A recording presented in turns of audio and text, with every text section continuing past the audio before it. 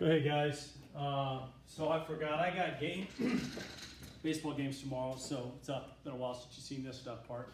Not like you watch them anyways, but you might want to benefit at this time, because I'm going to teach you how to not only do gene frequency for the population genetics problems, and also a little bit of the Hardy-Weinberg ideal population P plus Q equals 1, okay? So I'm just going to take it up where I left off with the notes. We just kind of introduced there, like I said, a little bit with Charles Darwin there in the slides. Getting to basically what populations, let me make sure this thing is not cracking on me a little bit. So when we're talking about populations just a little bit, okay? A group of individuals, obviously the same species, all living in the same geographical area. Actually, potentially, the biggest thing is to be able to interbreed. We're talking about the term population. So these 4 or 5 slides were just straight definitions. Genotype frequency, which is important, obviously, the fraction of a population that has a particular genotype. Remember, the genotype is the part of the gene that is the letters, okay? The parts you can't see, like big A's and little a's that are given a code for those particular types. So when we talk about genotypes, we're talking about big A, big A, big A, little a, little a, little a. There's only, remember, a little flashback, since we haven't done Mendelian genetics yet, there's 3 possible genotypes. Big, big, big, little, little, little. Because you either get one gene from mom and dad, a little quick review. It's either going to be a dominant or a recessive, okay? 2 genes come together to make a trait. A trait is anything expressed as a phenotype, okay? Hair color, eye color. Even though my eyes are brown, I'm either, I don't know, but I'm either homozygous dominant, meaning I have dominant gene dominant, or big letter, or I'm heterozygous, I'm big little, but the big gene mass over the little gene, okay? So if I was recessive, you know, obviously I wouldn't have my brown eyes, I'd probably have blue eyes or green eyes, so it'd be little, okay? So genotype is the actual letter parts that you can't see, okay? So, you know, in a gene pool, like you said, I just picked some feral hogs there, but you got little, big, you know, there's only truly ever be 3 types of genotypes, like big, little, or little, okay? All right? So in a gene pool, when we're talking about that, all the genes of a population which can be passed to the next generation, and all the individual population do not necessarily have all those genes, okay? Like blood types, okay? There'll be some problems to do with blood types, like A positive, A negative, AB, and things of that nature, all right? So there's some options there in that. We'll talk about blood types. So, but here's what we're getting to. The first couple of problems referred to as gene frequency. What they mean by frequency is how often a gene appears within a gene pool, okay? It's just simple ratios, percentages and ratios. So this is simple math as far as having the total amount of genes that are present within a gene pool, and you're determining that one gene type, maybe it's red, maybe it's blue, maybe it's tall, maybe it's short, how often, knowing the genotype ratios, the percentage of it that it shows up in the gene pool. Okay, so we're gonna basically learn how to figure out gene frequency. Okay, real simple. Okay, so populations, as we know, are dynamic. They change in size through birth and death rate. They change by immigration, people coming in or leaving. Immigration, I-M, coming in, E, exit. That's how I always kept them separate. Immigration with an E, they're leaving. M-I, coming in. Immigration, coming into the area. Changes, adapt to changing environmental conditions, or if none of this stuff happens, they go extinct. Okay, so these are all factors that are important in the population dynamics of a population. Okay, so basically, to remember, I've always said that evolution is change. Okay, change in allele frequency. Now, the term allele is just another word of saying your gene. How often something shows up. So don't let the word allele and gene get you confused. Meaning same thing. Okay, allele and gene. Frequency, how often does it show up? All right, so the allele frequency in a population over time. Okay, when you have a bunch more time, you're allowing the option, whether it's a dominant or recessive or whatever, to have it be more saturated, okay, or more prevalent, okay, like you know, hair color, or maybe fingernails, or neck length, or a certain physical feature, okay, that shows up more predominant or slowly is bred out. Okay, if it's irrelevant, okay? So that's what it means by gene frequency, okay? So the term microevolution is basically what we're going through right now, okay? Microevolution changes in allele frequencies in populations. Basically, as we move forward, some things are just going to disappear. You know, vestigial organs, things of that nature, and so on. This is not the same thing as speciation, like I talked about a little bit with Charles Darwin. You may or may not have paid attention yesterday in class, I don't know, but I was using the example of Charles Darwin with the birds and the Galapagos Islands and the different shapes of the beak, which is a big factor of his research in origin of species, talking about the beaks were directly proportional to their environment and more important, their food source. So the speciation, the specificness of a species, okay? Which changes from one species to another. That's what I mean by speciation, okay? So here is the first thing we're talking about, how to determine allele frequency. And these will be the first couple sample problems plus the, not only the worksheets that you have that the sub will give it to you here today. Hopefully you watch this and don't just say, I don't know what I'm doing, I'm going to blow it off. But by watching this will help make it simple. Plus there's a sample problems right here in the worksheets for you to do as well. Okay? So how to calculate allele, you'll need a simple calculator too, because I don't think most of you or any of you like to do long division. It's not hard, but you just don't do it. Okay?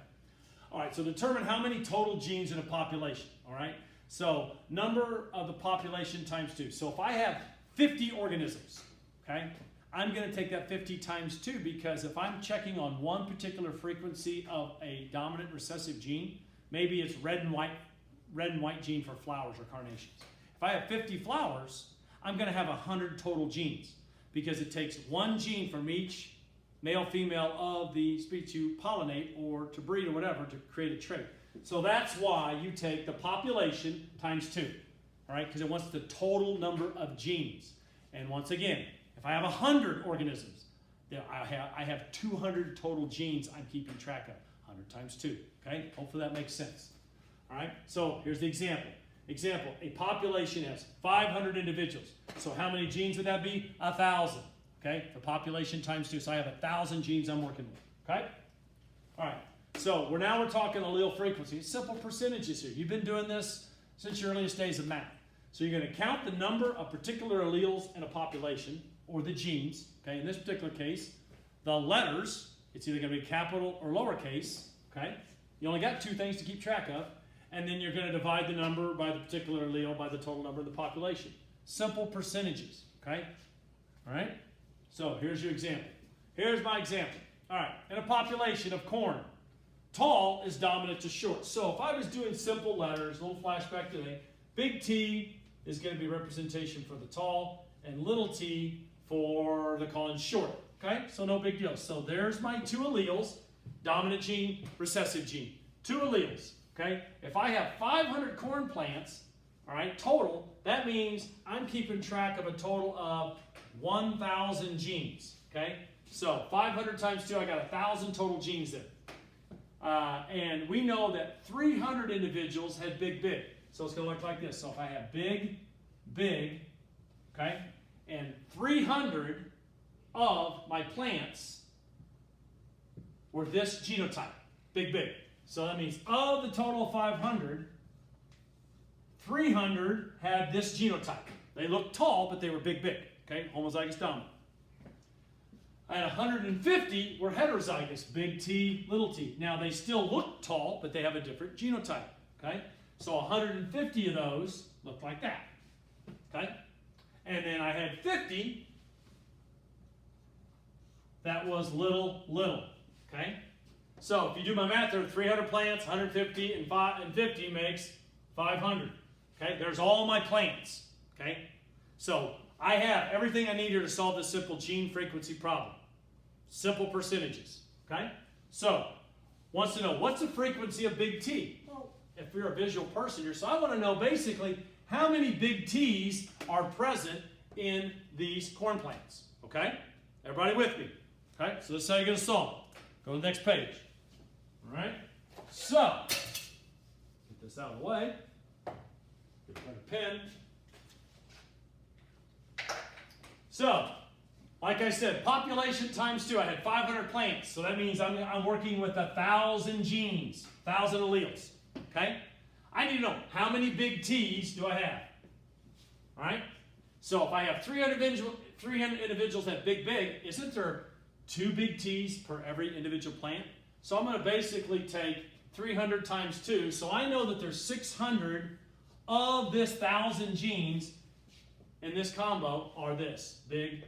So that's 600 individual T's, right? 2 T's per genotype times 2. Get it? So, all right. So then I have 150 individuals that are heterozygous. But only, of all these plants, only one gene of the two is that, so I must have another 150 to add up to this 600.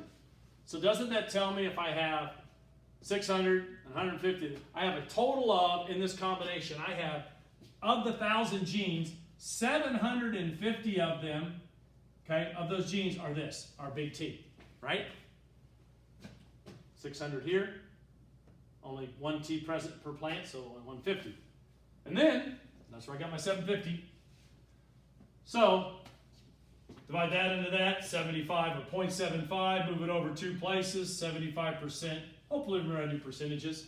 I'm pretty sure we have that. If not, flashback, this is how you do it, okay? Divide the bigger into the smaller, which gives you a point something, 750. So what this is saying is, of the 1,000 genes present in the 500 corn plants, okay, 750 total are big T's, so that's 75% of that population. So the frequency of big T is 75%, right? Okay? All right, so I'm going to get this out of the way because I'm going to go to the next slide. All right? And this is right in your notes. I'm walking you right through the notes as if I was standing right in front of you today, okay, and doing this. So then we need to find out the frequency of little t. Remember, we had 1,000 genes, okay?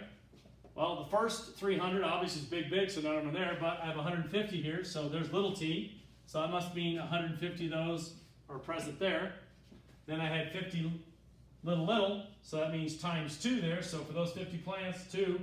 So that makes another 100 alleles. So gee, go figure.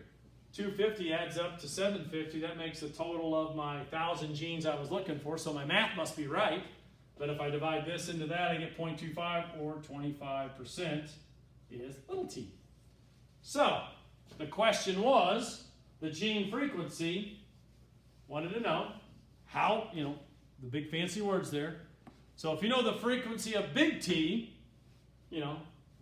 obviously, which was 75, you can just subtract that from 1 and get 0.25, but you need to make sure your math's right here. If you don't make sure your math's right, you might be off.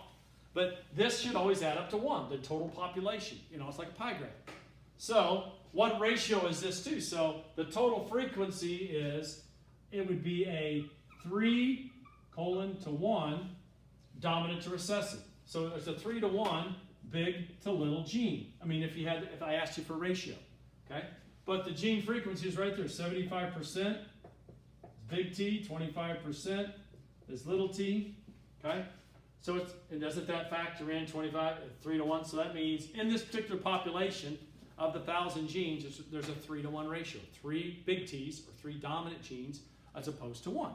That is gene frequency. All they're doing is you're telling me how many particular of this letter is in total. 750 big T's, 250 little t's, 75, 25, 3:1 ratio. That's gene frequency. It's not hard. Don't overthink it. Everybody always overthinks it. You do these right on paper, and then you get to the simple problems, and you make up rules. I've seen it for years on years. I don't know why, but you just guys simply do. Okay? So this is gene frequency. Very simple, very straightforward, but these will be the first couple problems that you do. So then it brings us to Hardy-Weinberg. The ideal populations, like I told you. Okay? These are the two guys, Godfrey Hardy, British guy, Wilhelm Weinberg, German physician. Okay? Good looking dudes. Doesn't this guy look like the guy from Christmas Vacation? That gets the squirrel attacks him, fetch my stogies, the blessing. Anyway, no big deal. Okay. Dumb joke. He does. So basically what you're doing is, in an ideal population, statistically, right, we're trying to get a benchmark. If there was none of these factors, this is what these two gentlemen said in the characteristics of an ideal population. There's no natural selection, so all the genotypes equally fit, follows the statistical numbers. There's no mutation, so nothing changes. There's no migration, nothing comes in. Okay, random mating, okay, it's the same, right? There's no selective, there's no competition, there's no survival, there's no dominant trying to, muster that and pass on. Everything's fair. It's a trophy generation, go figure, okay? Population is infinitely large too. So you have a large gene pool, all following these rules to get the statistical numbers you want. That's what this is, a mathematical formula, ideal population. So the allele frequency in the population do not change from one generation to the next. So everything basically stays the same. So there's no evolution. Nothing evolves, nothing changes. Everything stays the same benchmark, okay? So, basically what Hardy-Weinberg and them were saying was the letter P is representation of the dominant allele, or the big letter, big T, like in the sample problem we did where I did tall and short, okay? And Q represents the recessive, or the lowercase letter. So that's why this simple formula, if you add up all the dominant genes and all the recessive genes, you get 100% of the population. So that's where you get the simple formula, P plus Q equals 1, okay? Very simple formula. If you add up all the dominant genes and the recessive genes, because that's all there is. It's either big or it's little, right? Big, big, little, little, little. Two options, okay, in the genes. Add them up, you're going to get 100% of the gene pool, okay? So, how do you solve with Hardy-Weinberg, okay? So this is what you're doing when you do a Punnett square. So this is independent. This is the mathematical part taken one step further from Mendelian genetics. But I want to do this first before we do basic Punnett squares and show you a couple of this part. So basically, you are randomly mixing the alleles. Remember, alleles is the same as saying genes, okay? So you're going to square both sides of this square root P plus Q equals 1, and this is going to be your formula, which makes sense. P squared plus 2PQ plus Q squared equals the total population. This is going to make sense, right? Because if P squared, follow me, is the same as saying dominant, right? If it's squared. 2PQ is the same as saying, well, if P is the dominant gene and Q is the recessive gene, got it, and Q is the recessive, oh my goodness, look. What this thing is showing is there's only 3 types of genotypes you can have in any population. Big, little, little, little. And when you've accounted for all those ratios, you're still getting 100% of the population, okay? So this is what Hardy-Weinberg is going to show you. The baseline or the norm for the ideal population for us statistically say this is what we think, but we know nature doesn't follow those rules. I explained that yesterday. Hope you're paying attention. If you weren't, I'm saying it again. All right, that's what makes this easy. So this is the mathematical version of an ideal population, okay? All right, so that's our formula we're going to work with. So this is how you solve for it. So there's a simple practice. Remember the old random assortment, independent assortment. This is mathematical meiosis. Hey, that's one way of thinking of it. Meiosis happens naturally when boy meets girl, sperm meets egg, zygote. This is the mathematical showing you the randability and the ratios, okay?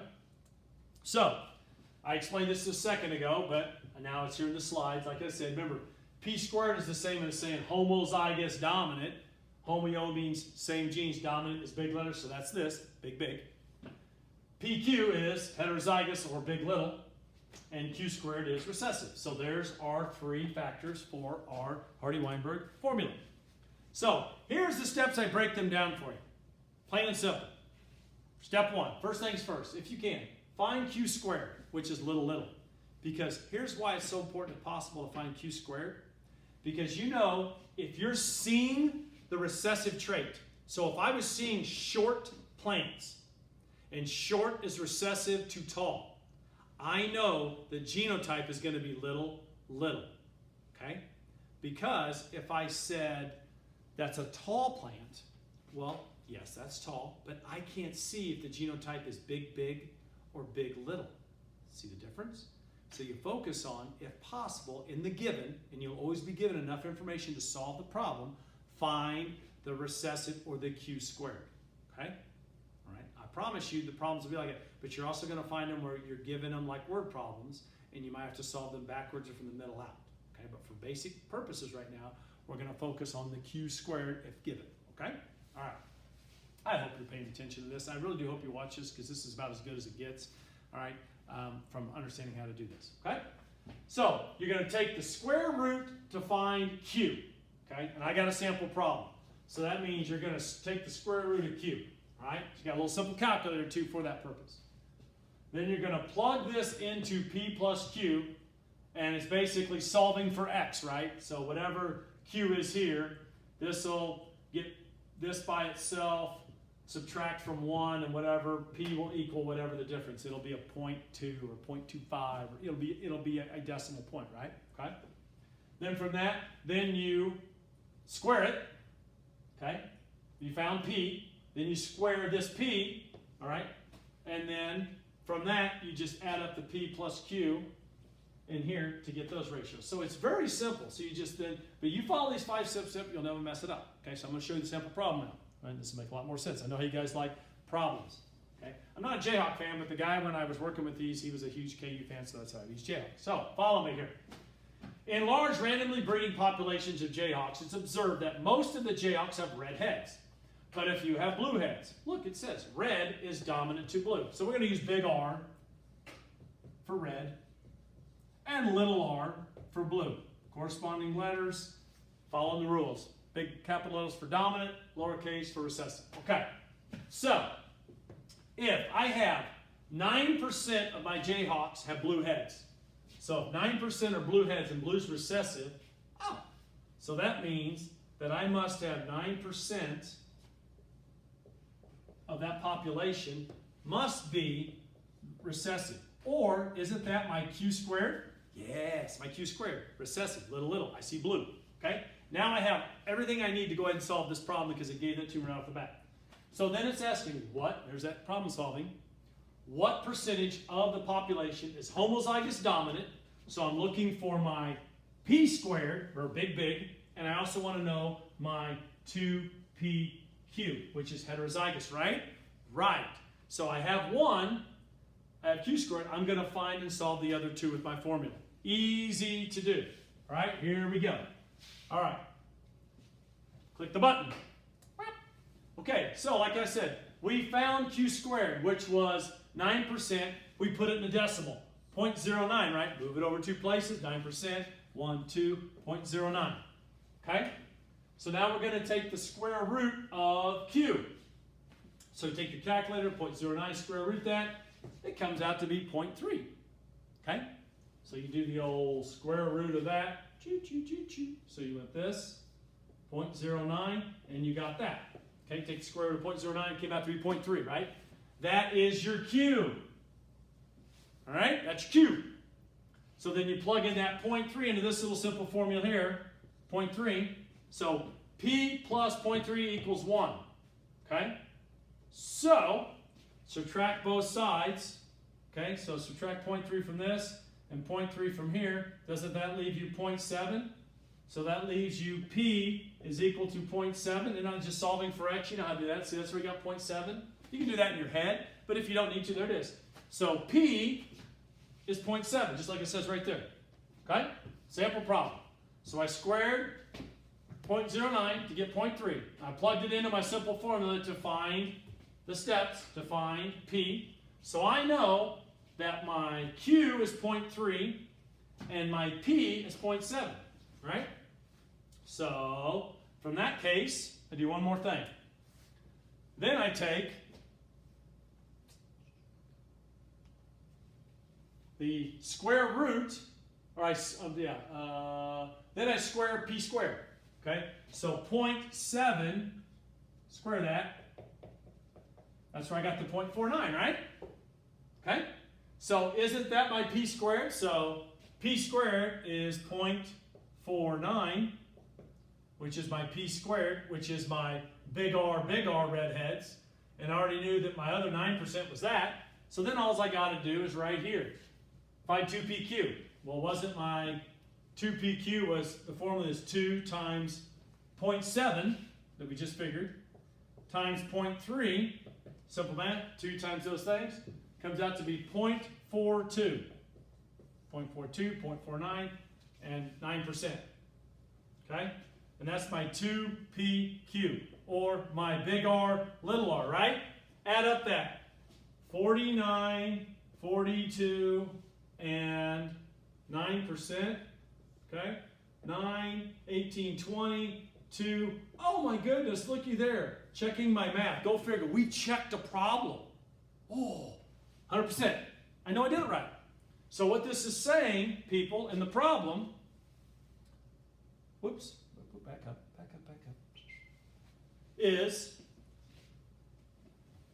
my homozygous recessive blue head, 9% of the population was that, 49 was that, but what if I asked you, what total percentage of the population had red heads? Oh, that'd be easy because this is 49%, and then even those that are heterozygous, I still see red, so wouldn't that be 49 and 42 be 9, 10, 11. Wouldn't 91% of this population all have red heads and the other 9% have blue heads, right? Okay, if I ask that question too as well. But you see how easy it is? It's a simple, non-difficult squaring, square root, square something, solve for x, move per decimal point, find percentages, make sure it adds up to 100%. Very easy to do. Textbook, simple, Hardy-Weinberg, okay? So the answer was asking you, solve for p squared, there it was, 49. 2pq was 42, okay? All right, let me make sure everything is still recording. That'd really make me mad if I wasn't recording at this point. Not perfect, it's all there, hot dang. Okay, so this was the 2 sample problems that, okay, you'll watch, you'll learn, you'll see how this stuff works. I have a set of problems that the sub's giving you hard copies, okay? They're gene frequency, I think it's 2 or 3 gene frequencies, all right? And then Hardy-Weinberg, I think there's 6 total. So between the rest of this time today on Thursday when you're watching this and Friday when I'm back, this is what we're working on, okay? So what I don't want is you guys going, I have no idea what's going on, which I know I'll get that because that's just the nature of it right now. But I'm telling you, this stuff's not hard if you just take the time. You probably got this from just looking at the outline. And if you look at the outline plus follow this video, shouldn't have any problems. But I realize you may get in a little glitch here and there, but you should have a basic concept of how gene frequency works and how Hardy-Weinberg ideal populations work, okay? All right? Then we go into some other stuff here. We'll talk about this, about no natural selection. I'd be really impressed if you guys could tell me what this was a poster of, what example, which is the perfect situation of explaining how organisms do not adjust, the environment doesn't change to accommodate the species, it's the other way around. This was the peppered moth theory, okay, back in things, which I'll explain that. So enough for today, all right? You have the 2 sets of problems, gene expression and Hardy-Weinberg, that you guys will need to begin today and continue on Thursday, okay? I don't expect you to have them done, but a lot of you I know will jump right in. It's not hard to get it done. Some of you, you'll do everything except what you're supposed to and expect me to re-explain it, okay? Because in the dictionary, the word redundant, it says see redundant, okay? I don't know. That's just the way it be the nature of it, all right? So I will see you on Friday. We'll see you tomorrow. I'm up in Lawrence at a game, so here's the notes for it. The worksheet will be on the table. Please follow accordingly. I know you guys will be fine in class. Thanks, guys and gals. I'm out. Woo! Okay.